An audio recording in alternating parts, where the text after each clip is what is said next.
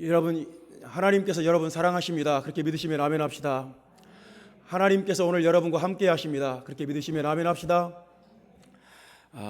내게로 와서 마시라, 이런 제목으로 하나님 말씀 같이 듣겠습니다. 오늘 우리가 읽은 본문 말씀에 보면 명절 끝날 곧 그날에 그런 말씀이 있는데요, 이 명절은 초막절을 말합니다. 그러니까 초막절은 10월 달에 있는데, 우리 양력으로 따지면 10월 달인데 그냥 우리의 추수감사절 정도 생각하면 될 것 같아요. 1년 중에 이렇게 곡식과 그리고 무화과 또 감람, 올리브, 이런 중요한 작물들을 수확하고, 그러니까 초막절은 가장 1년 중에 기쁘고 즐거운 절기예요. 가장 6월절하고 그리고 오순절하고 초막절 3개의 절기가 3대 절기인데, 그 중에서도 이 6월절은 좀 무겁지 않습니까? 양의 피를 흘려야 되고. 근데 초막절은 그야말로 축제예요. 축제. 1년 동안 하나님께서 우리에게 추수하게 해주신 것에 대한, 먹을 것과 입을 것을 주신 것에 대한 감사하는 절기예요. 그래서 3대 절기 중에 가장 축제 같은 느낌이 나는 그런 절기인데, 또 다른 의미도 있습니다. 그러니까 왜 초막절이냐면, 그냥 우리가 캠핑할 때 쓰는 텐트 생각하면 될 것 같아요. 이게 천막을 쳐요. 그러니까 지금도 이스라엘 사람들은 일주일 동안 초막절에는 그 텐트를 쳐요. 그래서 그 사진에 보면은 아파트 베란다에다가 조그마한 텐트를 쳐놓고 그 텐트에서 일주일간 생활을 해요. 그 참 특이한 것 같아요. 초막절은 하여튼 자기 방에서 자는 게 아니에요. 텐트를 쳐놓고, 그래서 초막이에요. 초막. 이게 장막절이라고도 하고 수장절이라고도 합니다. 그러니까 그 일주일 동안 천막 안에서 텐트를 쳐놓고 그 생활을 함으로써 광야 40년 동안 우리 조상들이 이 천막 안에서 살았구나, 장막에서 살았구나. 근데 하나님께서 그 40년 동안 우리 조상들에게 먹을 것과 입을 것을 주셨구나, 그것을 기념하는 절기예요. 특별히 그 메마른 광야에서 하나님이 계속 물을 주셨잖아요. 생수를 주셨잖아요. 그래서 그 물의 축제예요. 계속 실로암 연못에서 물을 퍼다가 하나님의 제단에 부으면서 광야 40년 동안 목말라 죽지 않게 하신 하나님의 은혜, 생수를 주신 하나님, 물을 주신 하나님, 그 하나님께 감사드리는 그런 절기예요. 그래서 초막절은 물의 축제라고도 합니다.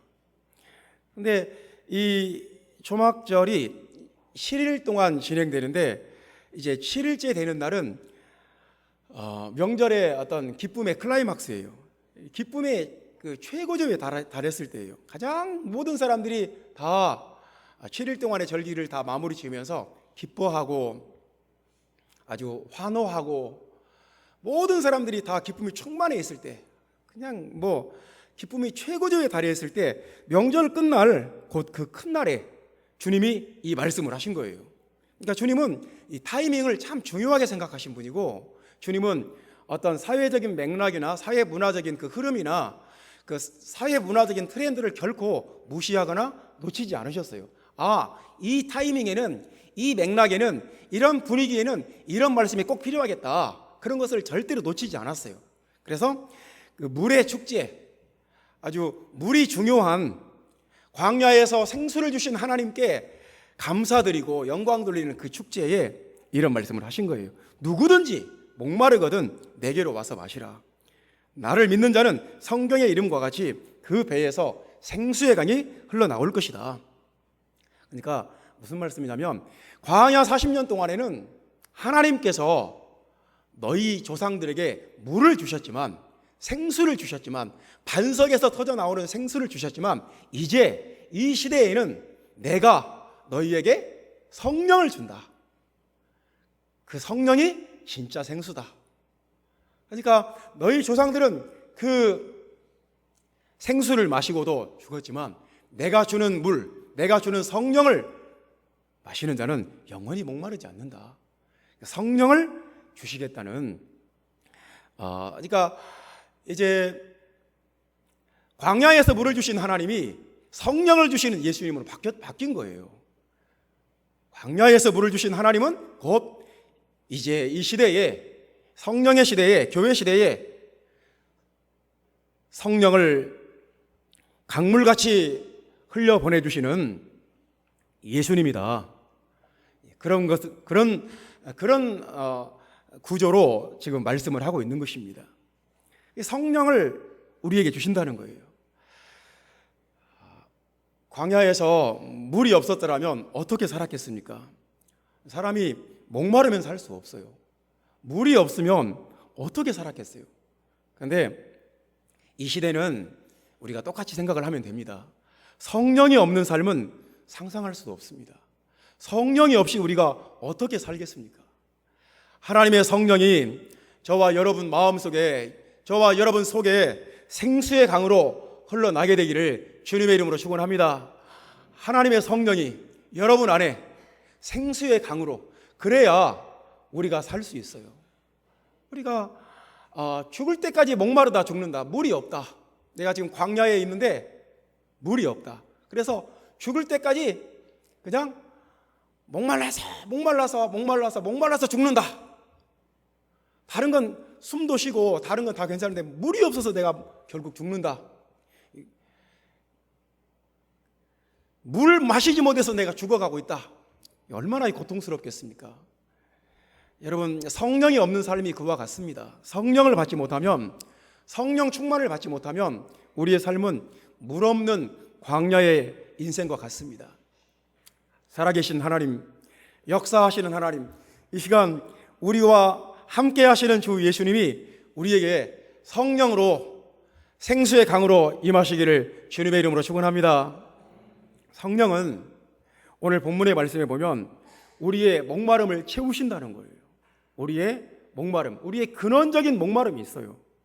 우리의 근본적인 목마름이 있는데 그 목마름을 채우신다는 말씀을 주님이 강조했습니다. 목마름을 채워주겠다. 성령을 받으면 우리의 목마름이 채워진다. 그래서 우리가 성령을 사모해야 되고, 주님 내게 성령 충만을 주시옵소서, 내가 성령 충만 받기를 원합니다, 기도하는 여러분 되시기를 주님의 이름으로 축원합니다. 내가 성령 받고 싶어요. 성령 충만을 주세요. 성령의 임재 속에 들어가기를 원해요. 더 많이 들어가고 싶어요. 그 마음이 여러분 가운데 있기를 주님의 이름으로 축원합니다. 주님이 우리의 목마름을 채우시는데 근본적인 목마름을 채우십니다. 그러니까 첫 번째는 시간의 목마름을 채우신다는 거예요. 시간의 목마름. 이게 무슨 말인가 좀 같이 한번 생각을 해봅시다. 6절 말씀, 요한복음 7장 6절 말씀 다 같이 읽어보겠습니다.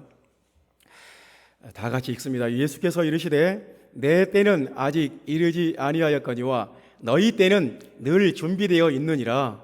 여기서 주님이 때라는 말씀을 하셔서 타임, 그러니까 내 때, 너희 때, 시간에 대한 말씀이에요. 시간, 어떤 타임, 시간에 대한 말씀을 하신 건데요. 이 말씀이 같이 한번 깊이 생각을 해봅시다. 여러분, 우리는 시간에 대해서 아는 것이 별로 없습니다. 시간은 참 신비스러운 것 같아요. 여러분, 시간에 대해서 아는 것이 있습니까? 여러분, 시간에 대해서 물리적으로 설명할 수 있습니까? 그래요. 우리는 시간이 과거와 현재와 미래로 나눠진다는 것을 알고 있어요. 시간이 하루에 24시간의 시간이 주어진다는 걸 우리가 알고 있어요. 일주일은 144시간의 시간이라는 걸 우리가 알고 있어요. 그것을 분으로도 셀 수 있고 초로도 셀 수 있어요. 그럼에도 불구하고 시간에 대해서 우리가 다 설명할 수 있는 것은 아닙니다. 여러분, 그래요. 우리는 시간에 대해서 상식적인 것을 알고 있어요. 빛의 속도로 날아가면 시간이 더 천천히 간다는 것도 알고 있습니다. 그래서 우리가 빛의 속도로 우주선을 타고 날아간다면 우리는 늙지 않을 거예요. 빛의 속도로 계속 날아가면 시간이 천천히 가요. 우리는 아인슈타인의 그 상대성 원리를 들었기 때문에 그 정도는 상식으로 알고 있어요. 그럼에도 불구하고 우리는 시간에 대해서 아는 것이 없습니다. 참 그것이 시간을 다 설명해 준 것이 아니에요. 여러분, 그러면 또 이렇게 한번 생각해 봅시다. 시간은 중요합니다. 여러분, 시간보다 더 중요한 게 있을까요? 여러분, 돈이 중요합니까? 시간이 중요합니까? 돈이 최고로 중요한 것 같지만 돈보다 중요한 게 있어요. 그게 시간이 아닐까요? 여러분, 타이타닉 영화에서 보면 그 주인공 로즈의 그 약혼자 남자 어마어마한 부자입니다. 무지무지 부자예요. 근데 타이타닉이 침몰해 가고 있습니다. 구명정을 타고 싶어요. 그래서 그 선원에게 자기 주머니에서 돈을 꺼내서 돈을 한 뭉텅이를 꺼내서 줍니다. 그러면서 돈을 줄 테니까 뇌물로 받고 나를 이 구명정에 타게 해주라. 이 선원이 그 돈을 탁 받아요. 받더니 잠시 생각을 하더니 돈을 확 뿌려버립니다. 왜 그렇습니까? 그 침몰해 가는 배에서는 돈이 별로 의미가 없는 거예요. 이제 이 배가 침몰할 시간이 얼마 남지 않았어요. 이제 시간이 얼마 없는데 아무리 돈을 많이 갖고 있으면 그게 무슨 의미가 있습니까? 그러니까 돈을 뿌려버리는 거예요. 이게 더 이상 이런 것으로 나를 통제하려고 하지 마라, 그런 내용의 말을 합니다. 그러니까 여러분, 돈이 중요하지만 시간이 더 중요한 것입니다. 시간처럼 중요한 것이 없어요. 여러분, 맞지요? 시간이 우리에게 가장 중요한 것입니다. 시간을 우리가 놓치면 안 돼요. 그런데 이제 이런 생각을 한번 해봅시다. 우리의 시간이 참 어떤 시간은 굉장히 가치 있고 굉장히 의미 있고 굉장히 뜻깊고 굉장히 보람 있고 굉장히 은혜롭고 굉장히 기쁘고 굉장히 좋은 시간이 있어요. 정말 이 시간은 나에게 그래서 평생 잊을 수 없는 시간들이 있어요. 그 시간은 나에게 너무너무 의미 있고 뜻깊은 시간이었다. 그런데 그렇지 않은 시간들도 있어요. 아주 지루하고 따분한 시간들도 있고 아무런 의미 없이 반복되는 시간들도 있어요. 아무런 정말 그냥 우울한 시간, 고통스러운 시간, 괴로운 시간, 그냥 하루하루 어제 같은 오늘, 또 오늘 같은 내일, 지난달 같은 다음 달, 작년 같은 올해, 올해 같은 내년, 그냥 이렇게 시간이 계속 돌고 아무런 의미 없이 흘러가는 그런 시간들도 있는 것입니다. 우리는 마음속에 간절함이 있어요. 어떻게 하면 내 시간이 의미 있는 시간들이 되고 뜻깊고 즐겁고 재미있고 기쁘고 좋은 시간들, 가치 있는 시간들이 될까? 거기에 우리는 관심이 있어요. 어떻게 하면 내게 주어진 이 시간들을 그냥 아무 생각 없이 아무 의미 없이 지나가는 시간들이 아니라 정말 가치 있는 시간, 이 시간은 정말 너무너무 중요한 시간이다, 너무너무 나에게 의미 있고 뜻깊고 가치 있는 시간이다. 그런데 대부분의 시간들은 그냥 의미 없이 그냥 흘러가 버립니다. 성경에는 시간에 대해서 두 가지 단어가 나오는데요. 첫 번째는 크로노스가 나옵니다. 크로노스는 그냥 물리적인 시간이에요. 1시간, 2시간, 3시간 하는 그런 시간이에요. 그런데 카이로스도 시간입니다. 카이로스는 하나님의 임재와 능력이 나타나는 시간이고 하나님의 계시가 나타나는 시간이고, 그래서 성경은 그걸 분리를 해요. 그냥 똑같은 시간이 아니에요. 크로노스의 시간과 카이로스의 시간은 전혀 다른 시간이에요.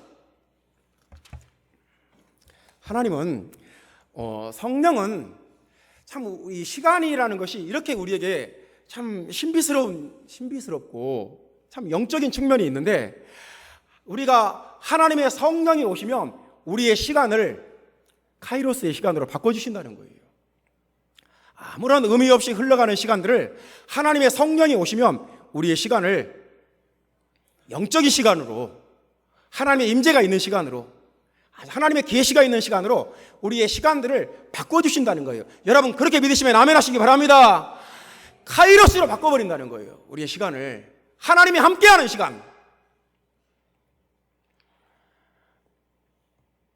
하나님이 역사하는 시간, 하나님이 임재하는 시간, 하나님이 축복하는 시간으로 바꿔주신다는 거예요. 그래서 여러분 우리가 성령을 받아야 돼요. 언제 받아야 되냐면 지금 받아야 돼요. 지금 여기서 내가 성령을 받아야 돼요. 주님, 성령을 원합니다. 주님, 내게 성령을 주시옵소서. 내게 성령을 주세요. 그래야 성령이 없으면 내 시간이 아주 지루해져 버립니다. 내 시간이 의미가 없어요. 아무런 가치도 없어요. 성령이 오셔야 내 시간이 카이로스로 바뀌어요. 그래서 항상 어느 곳에 있든지 어떤 시간에 있든지 여러분 괴로울 때도 성령을 구하세요. 힘들 때도 성령을 구하세요. 기쁠 때도 성령을 구하세요. 성령이 오시면 성령은 우리의 시간의 목마름을 채워요. 아무 의미 없는 이 크로노스의 시간을 카이로스로 바꿔버려요. 하나님의 성령으로 말미암아 여러분의 삶과 여러분의 시간이 카이로스의 시간으로 바뀌기를 주님의 이름으로 축원합니다. 오늘 본문에 보면 참 이상한 얘기가 있어요. 예수님의 동생들이 있어요. 예수님의 남동생들 4명이 있고 여동생들도 있었어요. 근데 예수님의 동생들이 예수님한테 왔어요. 뭐라고 하냐면 여기를 떠나 유대로 가소서 그래요. 갈릴리에서 예수님이 6개월 머물렀거든요. 제발 좀 여기를 떠나서 유대로 좀 가세요. 유대는 위험한 곳이에요. 예수님이 지금 예수님에 대한 수배령이 내렸어요. 예수님이 수배자가 됐어요. 그러니까 갈릴리와 유대는 행정구역이 달랐기 때문에 예수님이 갈릴리로 피해 가셨던 거예요. 유대에서는 죽이려고 하니까. 근데 제발 우리를 떠나서 유대로 가소서 이렇게 말합니다.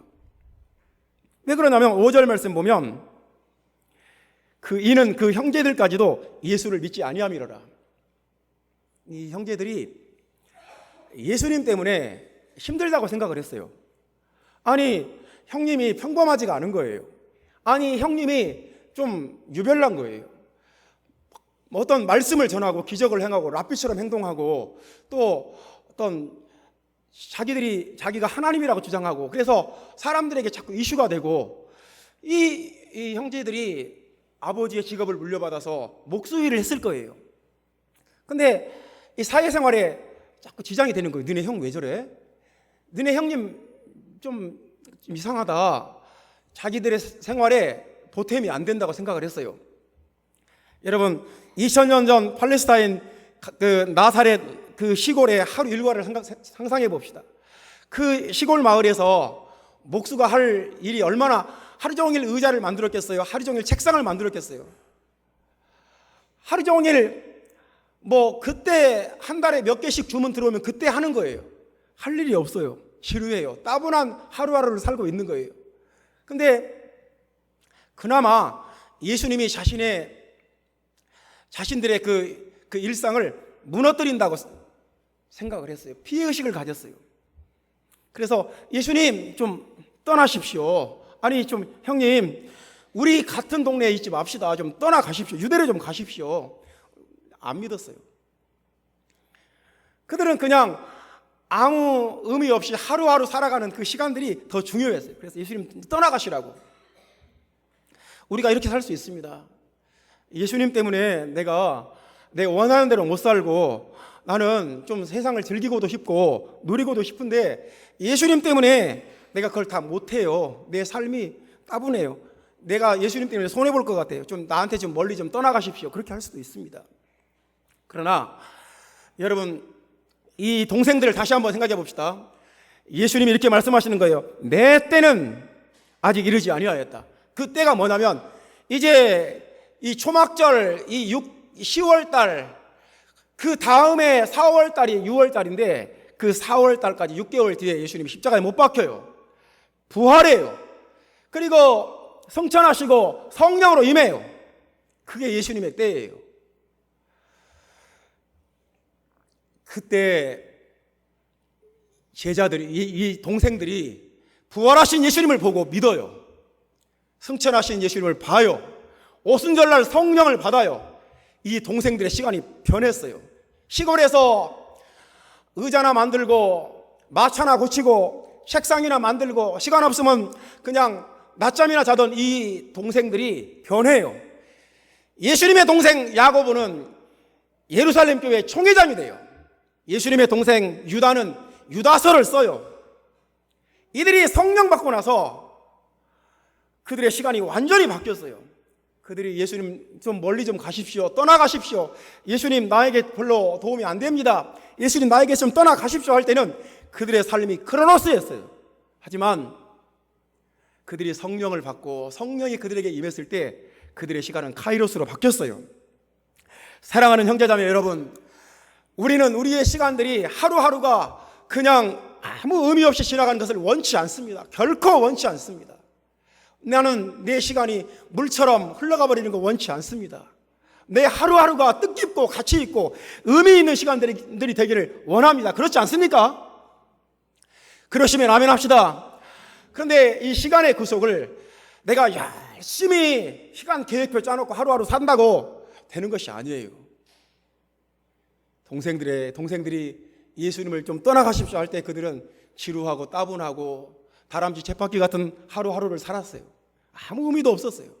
그냥 겨우 그 일상을 유지하고 있었을 뿐이에요.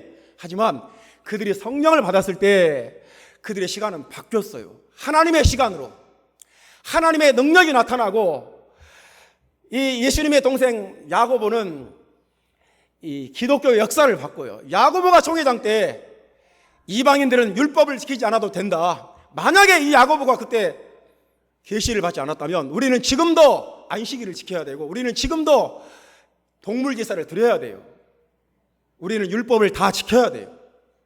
근데 이 예수님의 동생 야고보가 이방인들에게 그런 짐을 지우지 마라.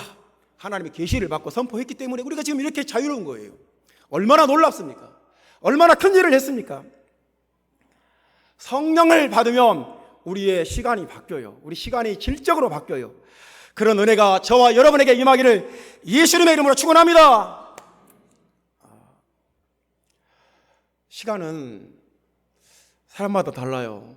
어떤 사람은 아주 고통스러운 시간 속에 있습니다.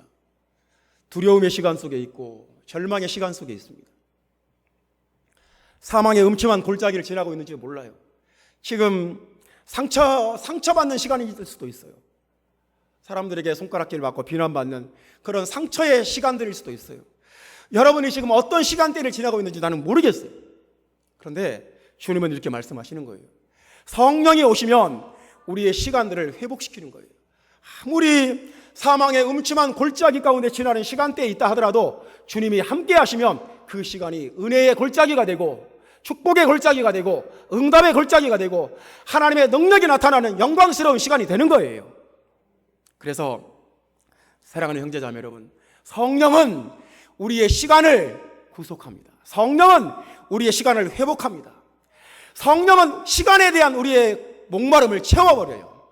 하나님의 성령이 오늘 여러분 안에 충만하게 되기를 예수님의 이름으로 축원합니다. 두 번째 말씀입니다. 성령은 가치의 목마름을 채운다 하는 말씀입니다. 가치의 목마름을 채운다. 우리 19절 말씀 다 같이 읽어보겠습니다. 19절 말씀. 모세가 너희에게 율법을 주지 아니하였느냐? 너희 중에 율법을 지키는 자가 없도다. 너희가 어찌하여 나를 죽이려 하느냐? 이제 여기서 주님이 하시는 말씀은 성경이 어떤 말씀을 하시는 건지 우리가 이해를 해야 돼요. 예수님의 말씀의 포인트는 이거예요. 모세는 너희에게 율법을 주었지만 나는 너희에게 성령을 준다. 그 어떤 의미가 이 속에 내포가 되어 있어요. 우리는 그런 숨겨진 의미들을 찾아내서 발견해야 돼요. 그런 은혜가 저와 여러분에게 있기를 주님의 이름으로 축원합니다. 그러니까 모세는 너희에게 율법을 주었다. 나는 너희에게 대신 성령을 준다. 여러분, 가치라는 말 우리 한번 생각해 봅시다. 가치.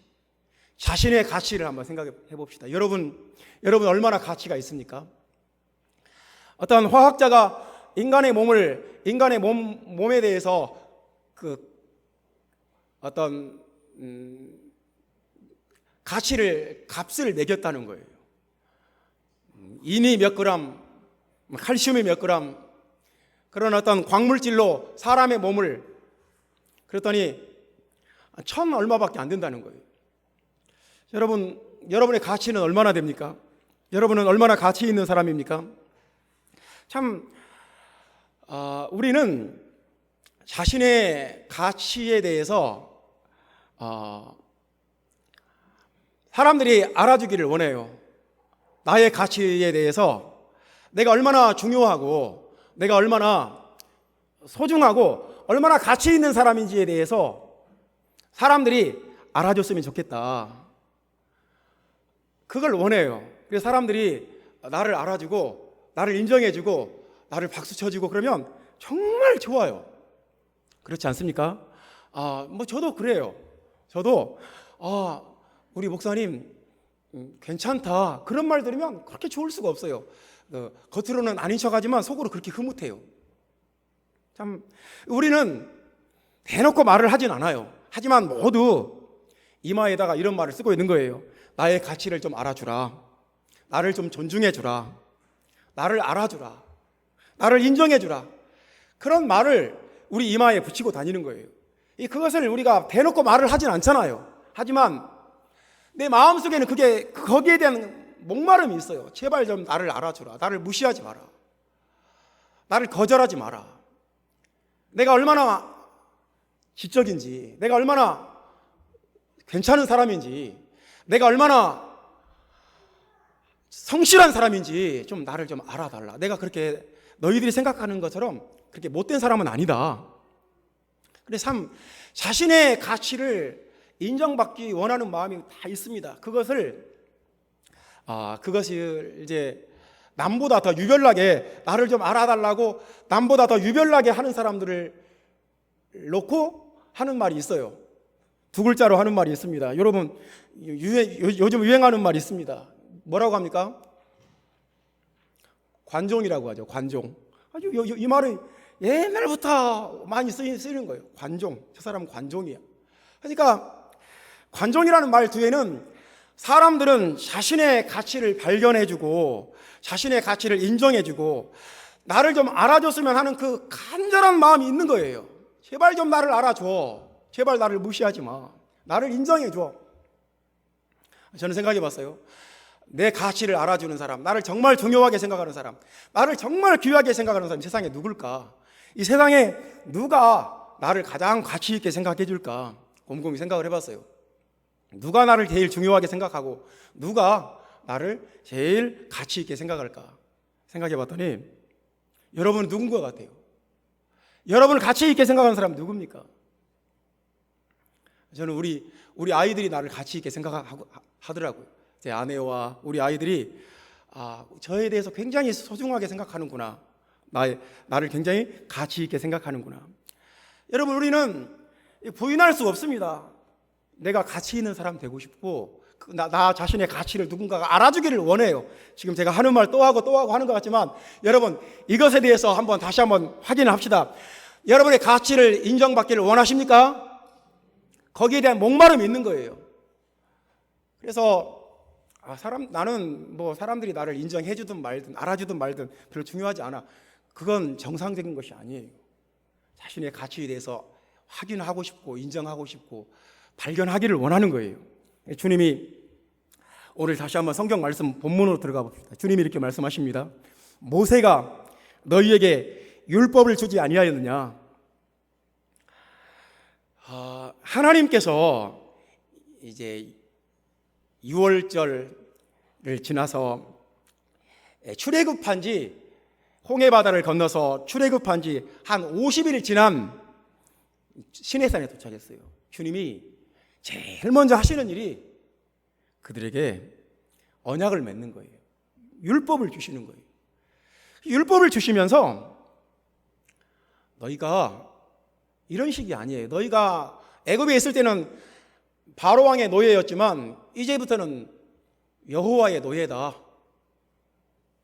똑같은 노예인데 그 주체만 바뀐 것이다. 주님이 그렇게 말씀하지 않았어요.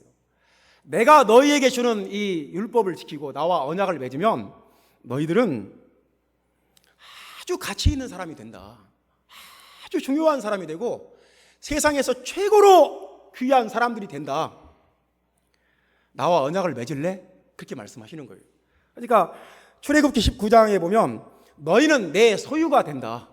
내 소유라는 말은 나의 보화라는 말이에요. 나의 보화. 너희들은 나의 보화. 하나님에게 가장 아끼고 소중한 보화가 된다.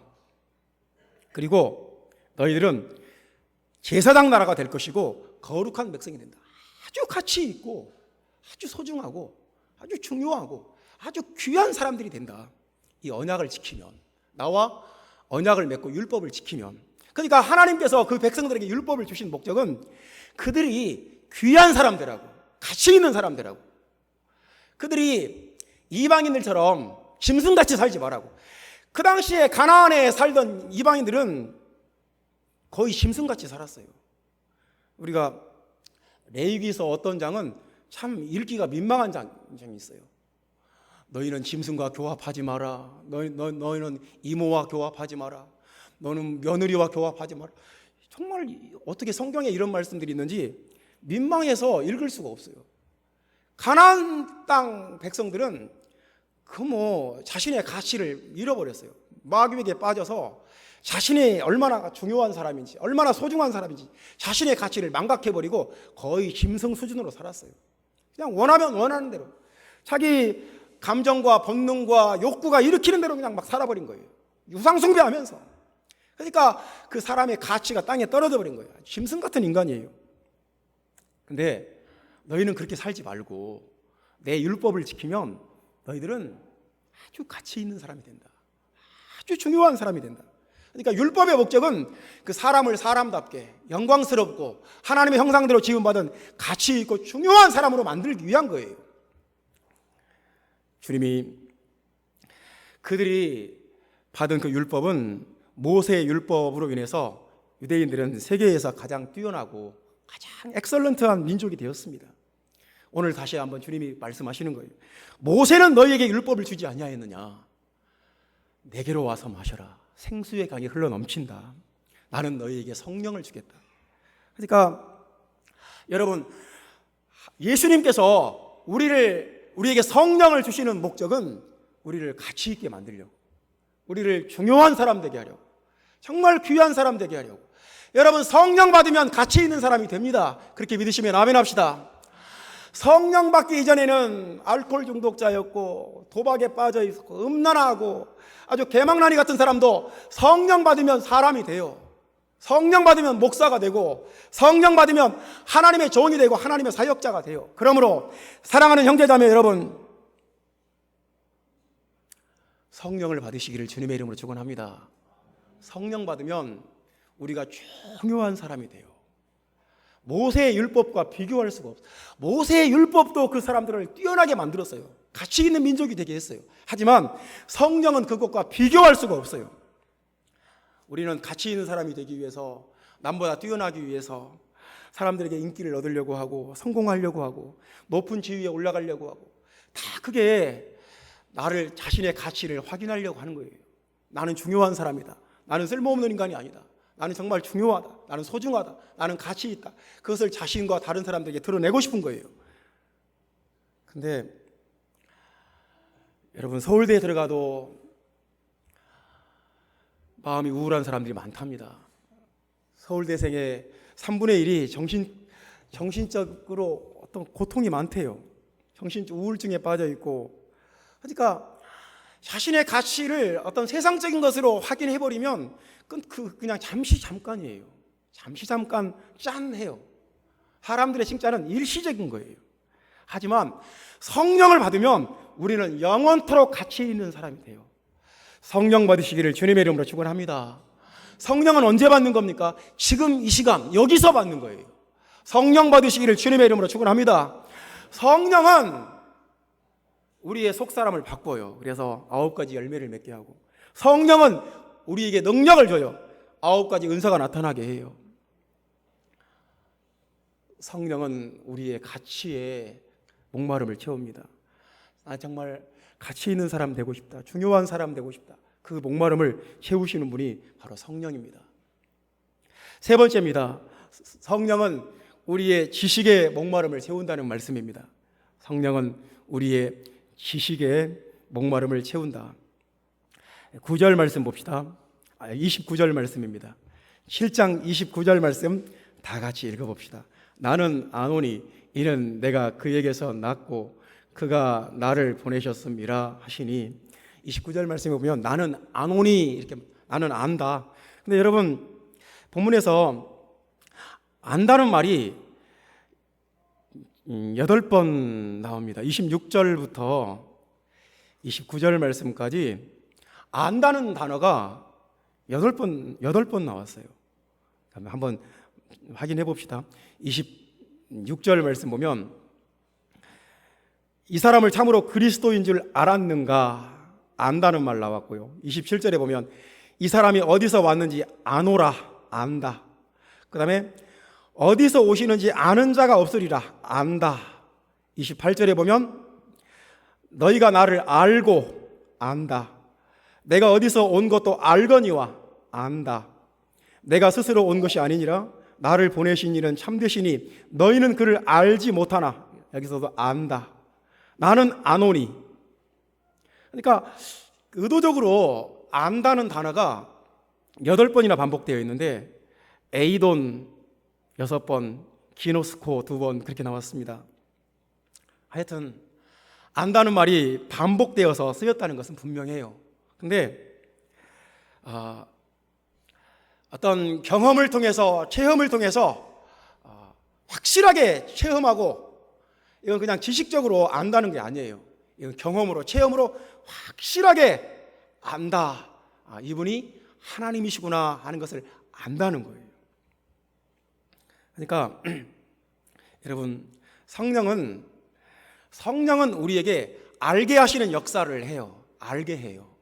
의에 대해서, 죄에 대해서, 심판에 대해서 우리를 알게 해요.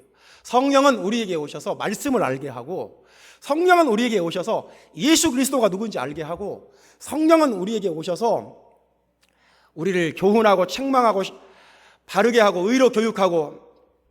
그러니까 성령은, 성령이 없으면 우리는 아무것도 깨달을 수 없어요. 여러분, 우리는 지식과 정보의 홍수 속에 살고 있지 않습니까? 우리는 손안에 있는 핸드폰으로 알고 싶은 거 다 할 수 있고, 궁금한 거 다 할 수 있고, 그냥 무궁무진한 정보의 바닷속에서 우리는 살고 있습니다. 우리가 하루에 서너 시간씩 핸드폰을 들여다보고 있어도 진짜 내 마음을 시원하게 하는 어떤 그 지식은 없어요. 그냥 이 머리에 있다가 머리에서 그냥 흘러나가 버려요. 정말 감동을 주고 내 삶을 바꾸고 나에게 능력을 주고 나에게 깨달음을 주는 그런 지식은 없어요.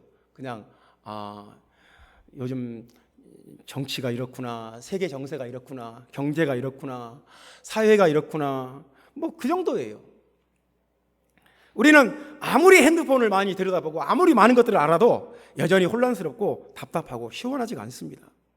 근데 정말 내 마음의 두려움을 해결해주고 내 마음의 공포와 좌절과 절망을 뛰어넘게 하는, 나를 살게 하는 말씀, 나를 구원하는 말씀, 나에게 지식을 주는, 기쁨을 주는 그 말씀은 하나님의 성령이 주시는 지식이에요. 그래서 하나님의 성령은 우리에게 오셔서 우리에게 지식을 주세요. 깨달음을 주세요. 내 마음에 성령이 주시는 지식을 얻으면 마음이 기쁘고 눈이 환해져요. 이렇게 하면 살 수 있겠구나. 이게 구원의 길이구나. 뭔가 내 마음이 밝아지고 내 눈이 밝아지고 내게 힘이 생겨요. 진리를 알지니 진리가 너희를 자유롭게 하리라 그랬습니다. 오늘 본문의 말씀에 보면 예수님을 죽이려고 한다는 말이 많이 나옵니다.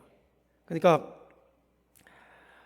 직접 죽이려 하다는 말이 3번 나왔습니다. 1절, 20절, 25절에 예수를 죽이려고 한다.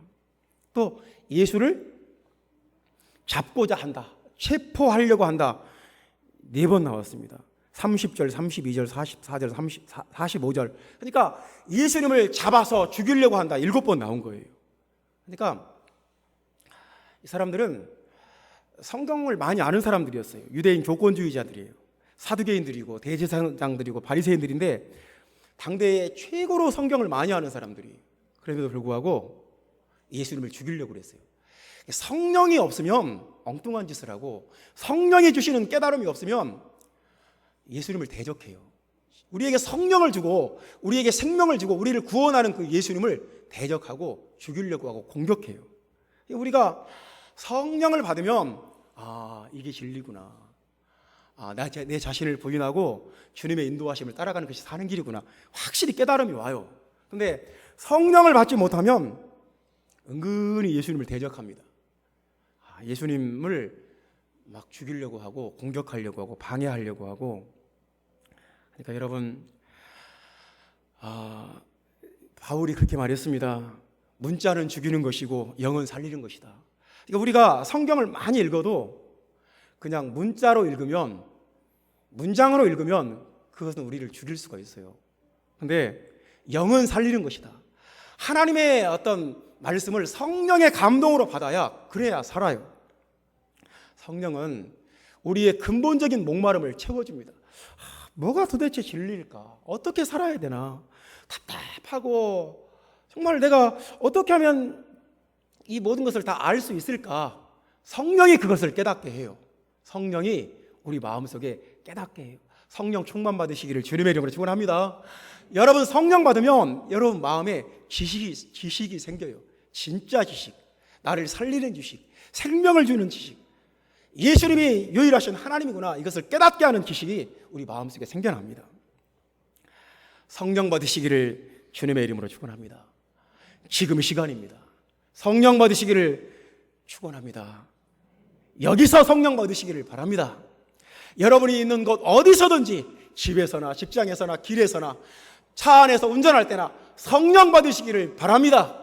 그곳이 바로 성령이 임하는 장소입니다. 성령이 임하는 시간입니다. 성령은 우리의 시간의 목마름을, 가치의 목마름을, 지식의 목마름을 채워줍니다. 하나님의 성령이 오늘 여러분 가운데 임하기를 주님의 이름으로 축원합니다. 기도하겠습니다.